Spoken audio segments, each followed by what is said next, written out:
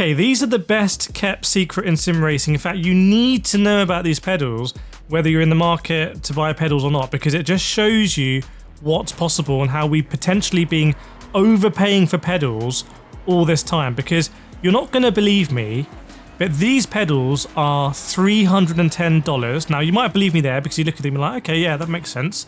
But they have a hydraulic brake. Yes, there's a hydraulic brake in these pedals, and they're $310. Now, hang on a second.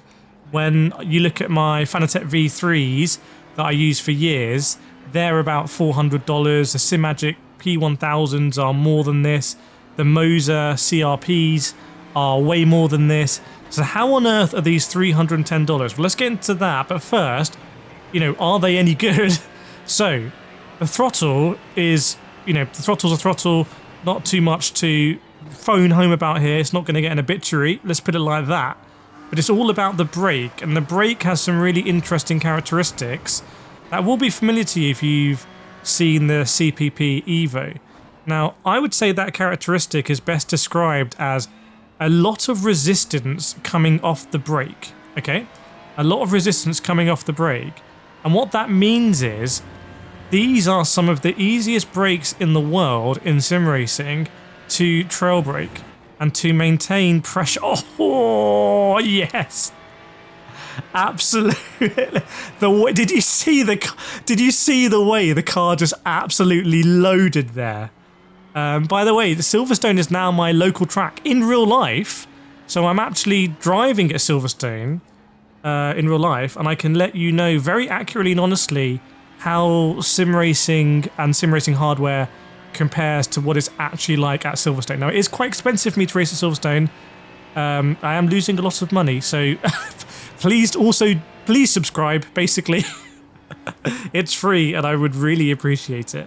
But yeah, going through that corner, it'll be difficult to replicate it, but that was a great example of the exact amount of pressure I needed to have on the brake at that time. When you come into a corner like this, you're not getting a huge amount of benefit from hydraulics, because you just kind of want to be hitting the brakes there hard in a straight line. I think where the massive benefit of these hydraulics comes from is a corner like this, like Farm. Oh yes, again, not quite, too much speed, where you just want to hit a certain threshold, you want to hold it, all corners where you want to be trail braking. So if you're a driver that likes trail braking, or you're racing cars or circuits that reward trail braking, these pedals are 100% going to be for you. Now, I do want to give a shout out actually, because I don't often do this, and I feel like I should. I've had some really frustrating experiences recently assembling pedals and mounting them to rigs. I really hate this new trend where you essentially need to disassemble the whole pedal thing to actually just basically mount them. So you'll know what I'm talking about in terms of you have to remove the whole load cell. Sometimes you need to remove the whole heel rest so you can fold the pedals forward so you can access the screw hole to go into the into your rig. These pedals here, the CPP Apex pedals, not even sure I've put the name in yet, CPP Apexes, these have been the most pleasurable pedals to mount I've ever done. Yeah, oh my god, I absolutely love that. So for example, the screw holes are very easily accessible.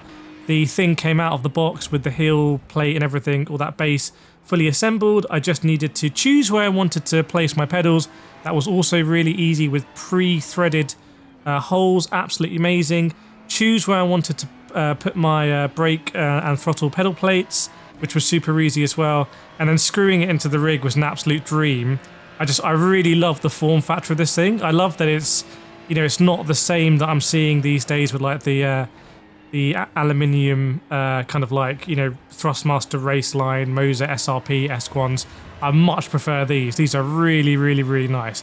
Anyway, enough of me gushing about that, but I do want to give them a shout out. And they also gave the really nice Allen keys that allow you to kind of screw stuff at a little angle as well. Like super, super, super, super helpful. Yeah, when we come to the hydraulic pedal, this is not the only way of doing it. So for example, ASETEK's Invicta pedal is hydraulic. But as you may have seen from my interview with the CEO and founder of ASETEK, they have a really short travel distance to replicate, like real-world racing cars. Now, I can say from my experience of driving, you know, a lot of like the Ferrari GT3, but also recently a McLaren and a Aston Martin Vantage. The Aston Martin Vantage had a really long pedal travel. Interesting that if anyone watching this video has also been lucky enough to drive a Vantage, that to me there was a huge amount of travel in the brake. So yeah, that wasn't a GT3 spec one, but yeah, so there's two different ways of doing it, and the CONSPIT style is to have a lot of travel. I'm just absolutely loving driving on these pedals right now, and you can see that resistance I'm getting back through the hydraulics.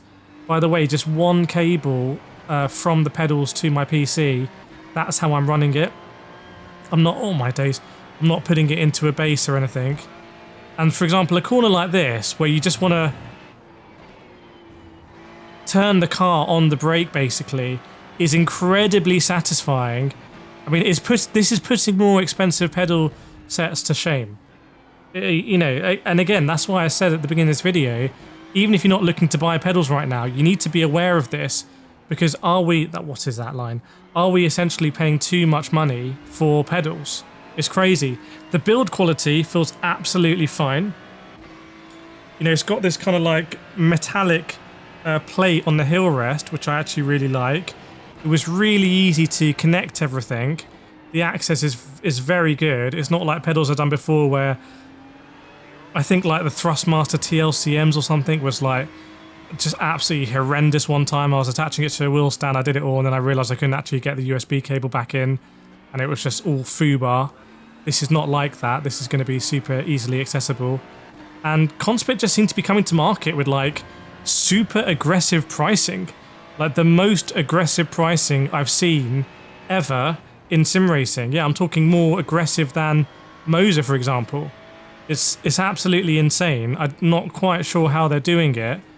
And this leads me on to, I guess, the only negative that I have with these pedals, and it's the same with the CPP Evo hydraulic pedals I reviewed earlier in the year, which is I just don't know about the reliability. That's not saying I know that they're unreliable or reliable. I just don't know either way. I don't know how the hydraulics are going to last. I don't know whether you're going to be able to run it with no maintenance. Remember, real world components in racing cars are very heavily maintained when it comes to brake pads, brake fluid and stuff like that. You know, you have engineers maintaining it. In sim racing, although we're simulating driving the same cars, we are not maintaining them at the same level. So that does get me worried about hydraulic fluid. But I don't know enough about it to know whether there's likely to be an issue or not. And it's only after I think these sort of things have been out for a couple of years maybe that I'll be able to go, yeah, these are 100% the best for the price range, because, you know, they're really good and also the reliability's good. I just don't know. I just want to be truthful with you. If you do go out and buy these, I can't say honestly what the reliability is like. I have used the CPP Evo pedals quite a lot, but they're not pedals that have been on my rig non-stop for a year or two. Unlike, say, my G Pro pedals or Falanset V3s or SimuCube Active pedals that I can all absolutely vouch behind. But, you know, what's going on with pricing? How are CONSPIT able to do this? Are they just absolute wizards? Or is other stuff too expensive? Because I've got a hydraulic brake in, it feels amazing. You know, I feel like I can modulate it just unbelievably. It doesn't feel sticky, but it has that resistance coming off the brake. That is the stupidest overtake I've ever done in my life, but I will take it. So I want to know from you in the comments. Firstly, like I said, please do subscribe if you found this helpful. Bit tricky without mirrors. I'll put some more videos up here, but yeah, CONSPIT are just absolutely killing it. So let me know what you think in the comments, and I'll see you next time.